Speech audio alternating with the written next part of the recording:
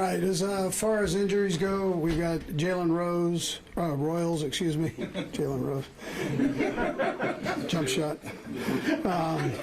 Xavier Worthy. So those two won't practice today. Both are doing better. They're working on it and making progress, but not ready to go today for sure. Look forward to the challenge of playing the Eagles. Good football team, obviously, and they know us, we know them, and it should be a heck of a game. So with that, time's yours. Is surgery under consideration for Xavier? No, not right now. No. What about short-term injured reserve for Worthy? No, I mean, he's just rehabbing here.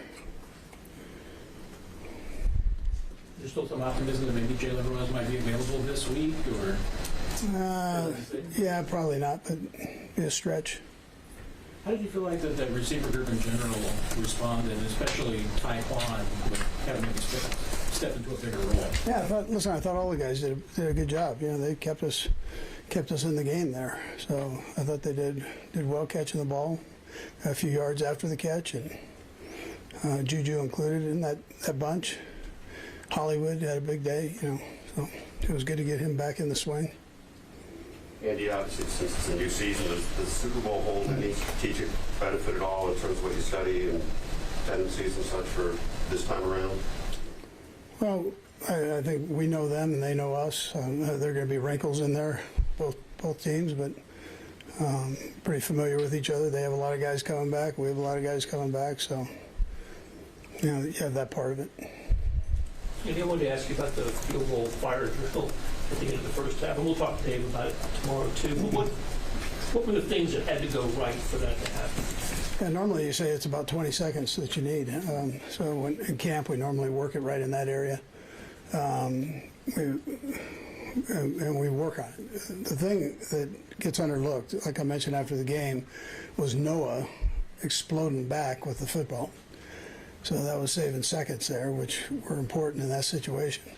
And that part won't be talked about. Obviously the kick and the hold and the snap and all that, getting guys off the field and guys on the field. But Noah getting that ball back kind of made the whole thing work.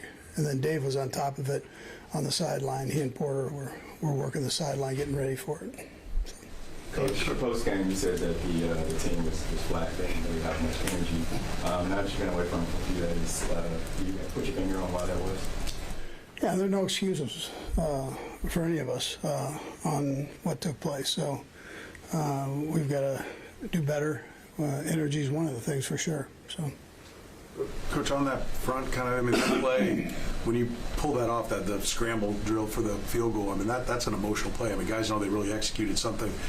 You can't do that unless it's at the end of a half or end of a game, right? So it's tough to carry that momentum forward. But did you feel like you had the emotion coming off that play, being able to execute that so well, and then maybe it's kind of a drain to have it all go out while you sit in halftime?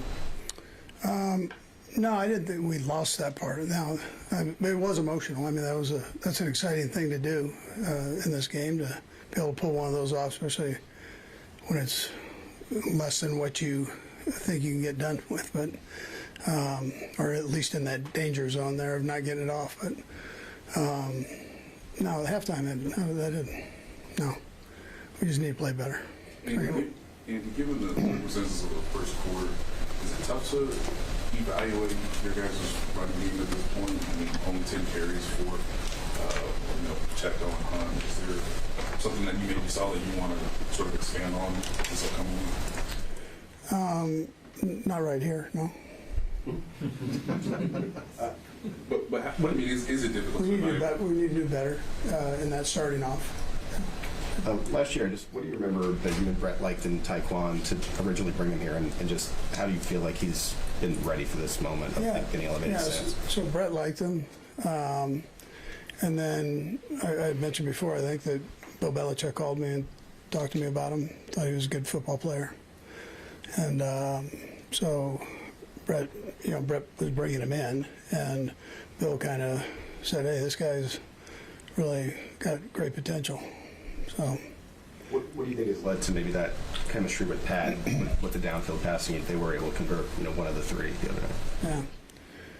Well, he's fast. And he's a big target, so he runs good routes.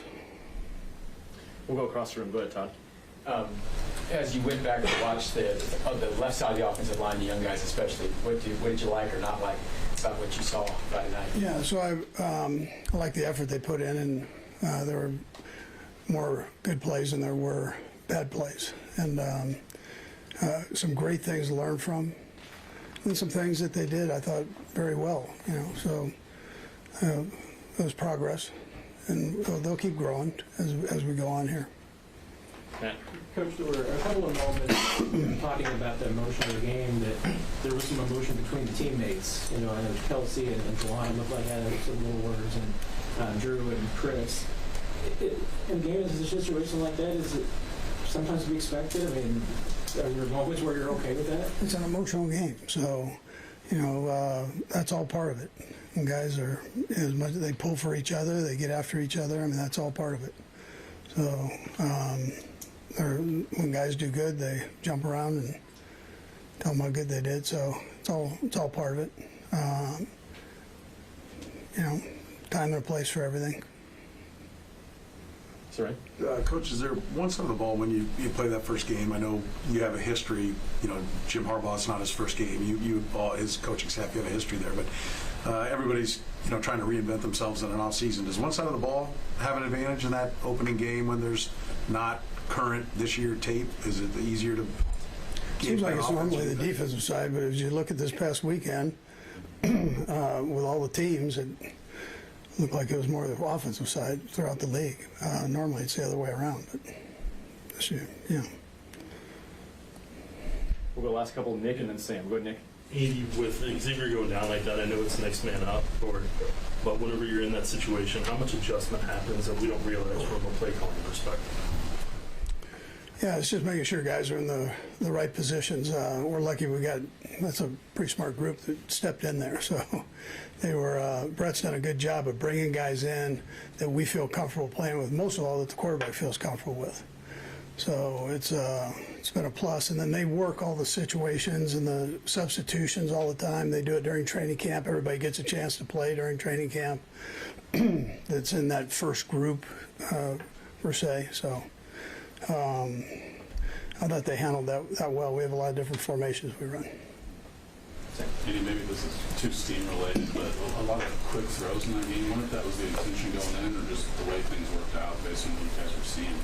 Yeah, some of both, probably. I tell you, it was. I thought that we had an opportunity there.